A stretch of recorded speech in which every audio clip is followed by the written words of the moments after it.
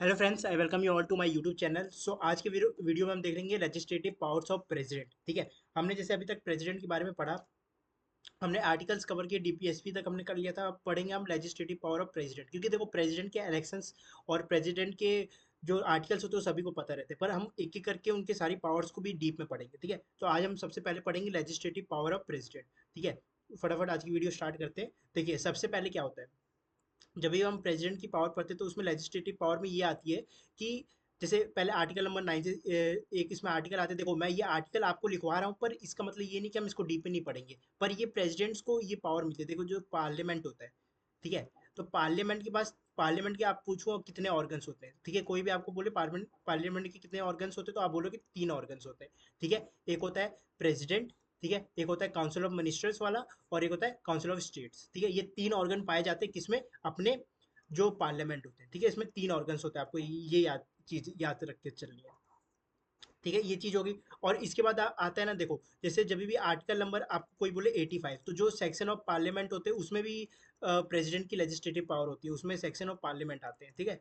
आपने यहाँ पे लिख लिया होगा, ये काउंसिल ऑफ स्टेट वाला है। ठीक है। और ये काउंसिल ऑफ मिनिस्टर्स वाला है, जो ये रहता है, जो इसमें हाउस ऑफ पीपल वाला आता है। इसमें हाउस ऑफ पीपल का मतलब क्या होता है, जो लोकसभा और राज्यसभा हो। हाउस ऑफ पीपल का मतलब क्या होता है, जो लोकसभा होता है या फिर राज्यसभा होते हैं। 85 में होता है सेक्शन ऑफ जो पार्लियामेंट का आता है। ठीक है। और आपको पता ही टोटल कितने सेक्शन होते हैं, टोटल 3 सेक्शन होते हैं। ठीक है। तीनों में से जरूरी नहीं है कि तीनों लागू हो, कोई एक भी लागू हो सकता है अगर in case of the emergency अगर पड़ रखी है तो। ठीक है। फिर उसके बाद आता है आर्टिकल नंबर 86 इसी के अंदर। उसमें आता है कि इसमें आता है कि जब प्रेसिडेंट एड्रेस करते हैं, देखो, एक होता है स्पेशल एड्रेस, पर इसमें एड्रेस होता है। ठीक है। एड्रेस करना मतलब कि वो किसी भी टाइम पे और कोई भी डिसीजन को एड्रेस कर सकते हैं, मतलब ये उनके पास क्या होती है, एक लेजिस्लेटिव पावर होती है। ठीक है। At any time. ठीक है, एट एनी टाइम, इसका ये मतलब रहता है। ठीक है। तो ये दो चीजें यहाँ पे होगी, क्योंकि देखो ये छोटा सा टॉपिक, इसको हम लोग फटाफट करके आज कवर कर देते हैं। ठीक। फिर इसके अंदर चीजें और क्या आती हैं, इसमें ये आ गया। फिर जो एक आता है स्पेशल एड्रेस, एक आएगा क्या, स्पेशल एड्रेस। जो हमेशा याद रखना, जो एड्रेस होता है वो एनी टाइम पे कर सकते हैं, पर जो स्पेशल एड्रेस होता है वो आप सिर्फ कर सकते हो जब फर्स्ट सेक्शन चल रहा हो। आपको मैं भी आपको सेक्शन के बारे में भी एकदम डीप में पढ़ाऊंगा, तब आप ये वाली वीडियो भी दोबारा करके आएंगे तो आपको और प्रॉपर्ली ये चीजें क्लियर होगी। ठीक है। और देखो, फिर आता है एक आर्टिकल नंबर 331।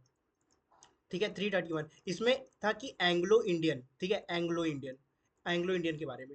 देखो, एंग्लो इंडियन की अगर आप जिसमें देखो तो उसकी डेफिनेशन जो है, ठीक है, उसकी डेफिनेशन आपको आर्टिकल नंबर 366 ए में दे रखी है। बट हमें एंग्लो इंडियन के बारे में पहले आपको बताता हूँ असल में ये होता क्या। देखो, एंग्लो इंडियन का मतलब ये रहता है ना कि वो जो पर्सन हो वो सिटीजन ऑफ इंडिया हो एक तो। ठीक है, क्या हो, सिटीजनशिप ऑफ इंडिया हो उसके पास। ठीक। पर देखो, इन केस ऑफ, इसमें क्या रहता है ना, जो आपके फादर हो, जैसे जो आपके फोर फादर होते हैं, आपसे पहले के फादर, ठीक है, उससे पहले के फादर, ठीक है, अब जो आपके ग्रैंड फादर होते हैं उनके भी फादर। ठीक है। तो पहले क्या था ना, जो ये एंग्लो इंडियन का ये मतलब रहता है, जो इसमें दो टर्म आते हैं।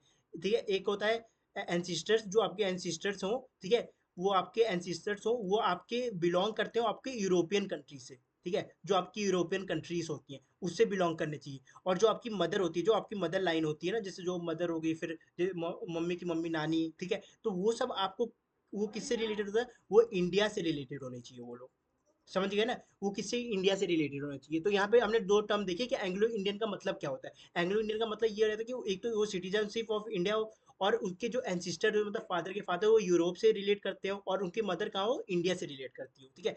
बट इन 2020 क्या हुआ, 2020 में क्या होता है, इसको amendment number 104 constitution amendment act से इसको क्या कर दिया गया था, हटा दिया गया था। समझ गए ना, क्योंकि देखो आप खुद सोच के देखो, ये तब की बात रहेगी, पुरानी बात तो ठीक है एंग्लो इंडियन के बारे में, बट इन केस ऑफ ये तो देखो कि आपके एंसिस्टर्स आपको यूरोपियन कंट्री से बिलोंग करते हो, तो इसका कोई सेंस प्रॉपर नहीं निकलता है। ठीक है। तो इसीलिए इसको 104 कॉन्स्टिट्यूशन अमेंडमेंट एक्ट से क्या कर दिया गया था, हटा दिया गया था, पूरी तरह से खारिज कर दिया गया था। फिर आता है आर्टिकल नंबर 108। ठीक है, उसके अंदर क्या होता है, जो आपकी ज्वाइंट सीटिंग होती है। ठीक है, क्या होती है, ज्वाइंट सीटिंग होती है। तो ज्वाइंट सीटिंग के अंदर क्या आता है, असल में देखो, ज्वाइंट सीटिंग के अंदर होता है एक बिल पास होता है। ठीक है, आपने जैसे पढ़ा भी होगा कि जब बिल आप पास करते हो, ठीक है, तो वो सबसे पहले कहाँ पे जाता है, एक तो जाता है लोकसभा में, ठीक है, और एक तरफ जाता है राज्यसभा में।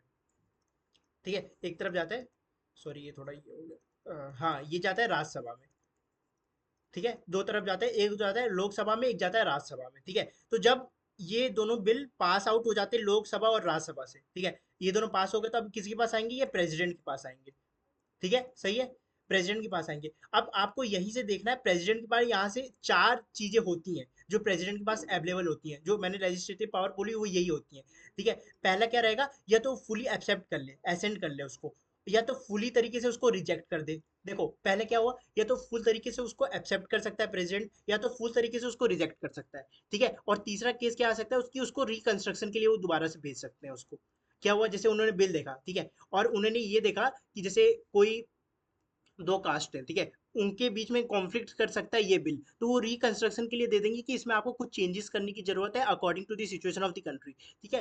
तो जब वो उस बिल को रिकंस्ट्रक्शन के लिए दे देंगे, ठीक है, तो ये बिल दोबारा रिकंस्ट्रक्शन के लिए चल गया। बट अगर इन केस ये बिल दोबारा लौट के प्रेसिडेंट के पास आता है, ठीक है, तो वो बॉन्ड हो जाएंगे कि उन्हें ये बिल क्या करना पड़ेगा, अब एक्सेप्ट करना ही पड़ेगा, उनके पास और कोई चारा नहीं रह जाएगा, ठीक है। अगर वो बिल जैसे उन्होंने रिकंस्ट्रक्शन के लिए भेजा, जैसे मान के चलो कि, और ये कौन कौन थे, एक जो राजेंद्र प्रसाद थे और एक वीटे कृष्ण आचार्य थे, इन्होंने ये दो बार ये बिल को क्या किया था, जब ये इन्होंने रिकंस्ट्रक्शन के लिए बिल भेजा था, ठीक है, दो थे, 1954 में और आई थिंक 1957 में जो वी आर कृष्ण आचार्य थे, ये दो लोग थे, ठीक है। आप समझ गए, जैसे मैंने क्या बोला, दोबारा से समझिए। जैसे मैंने क्या हुआ, मेरे पास आप एक प्रेसिडेंट है मान के चलिए, ठीक है, मैंने आपको एक बिल ला कर दिया, आपने बोला इस बिल में कुछ चीजें अभी पेंडिंग है, तो आपने उसको रिकंस्ट्रक्शन के लिए भेज दिया, ठीक है। और एक कोई प्राइम मिनिस्टर यहाँ पे बैठे हुए थे, ठीक है, प्राइम मिनिस्टर जी यहाँ पे बैठे हुए थे, ठीक है। और इस प्राइम मिनिस्टर जी ने ये बोल दिया कि उन्होंने वो दोबारा बिल क्या कर दिया, रिकंस्ट्रक्शन के लिए दिया था, पर उन्होंने वापस कर दिया कि हमें ये रिकंस्ट्रक्शन के लिए नहीं चाहिए, तो प्रेसिडेंट यहाँ पे बॉन्ड हो जाएंगे कि उन्हें अब उस बिल को क्या करना पड़ेगा, एक्सेप्ट करना पड़ेगा, ठीक है। वो बॉन्ड हो जाएंगे, मतलब कि बॉन्ड का मतलब आप समझ रहे हो ना, कि उनके ऊपर एक आप ऐसे बोल सकते बर्डन आगे कि अब भाई आपको इस बिल को आगे पास आउट करना पड़ेगा, तो ये कुछ कमियां भी हैं, ठीक है। और फिर इसके बाद देखो, और इसमें हम क्या पढ़ सकते हैं, इसमें एक और चीज आती है लेजिस्लेटिव पावर में, होता है वो वीटो पावर आती है। क्या आती है अपनी, वीटो पावर। देखो वीटो पावर भी चार तरीके की होती है, एक होता है एब्सोल्यूट वीटो पावर, ठीक है, और एक होता है ये अपनी सस्पेंशन वीटो पावर, एक होता है पॉकेट वीटो पावर, ठीक है, पॉकेट वीटो,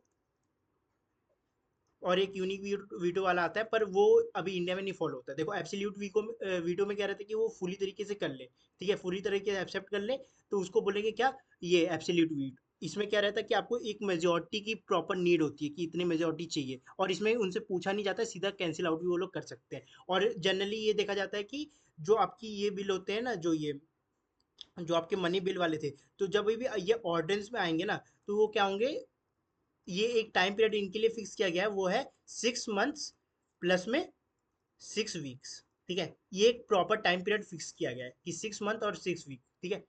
तो होपफुली देखो, इतनी थी लेजिस्लेटिव पावर, इतना आपको याद रखनी है, ठीक है। इसके बारे में हम डिटेल में पढ़ेंगे, जैसे मैंने बोला ना कि हम पार्लियामेंट के बारे में भी डिटेल में पढ़ेंगे, बट मैंने एक बताया कि लेजिस्लेटिव पावर होती क्या है। देखो आर्टिकल प्रेजेंट के सबको याद रहेंगे, वो भी मैं अभी आपको नेक्स्ट वीडियो में ट्रिक के थ्रू याद करा दूंगा, बट आपको एकदम डीप में अगर पढ़ के चलना, तो आपको ये सब चीज़ें पता होनी चाहिए कि उनकी लेजिस्लेटिव पावर क्या रहती है। तो होपफुली आपकी वीडियो अच्छी लगी होगी आज की, ठीक है। मैं इसके प्रेजेंट के एक साथ में पूरे एमसीक्यूज बना के ले आऊँगा, ठीक है। ठीक है, फिर हैव अ नाइस डे।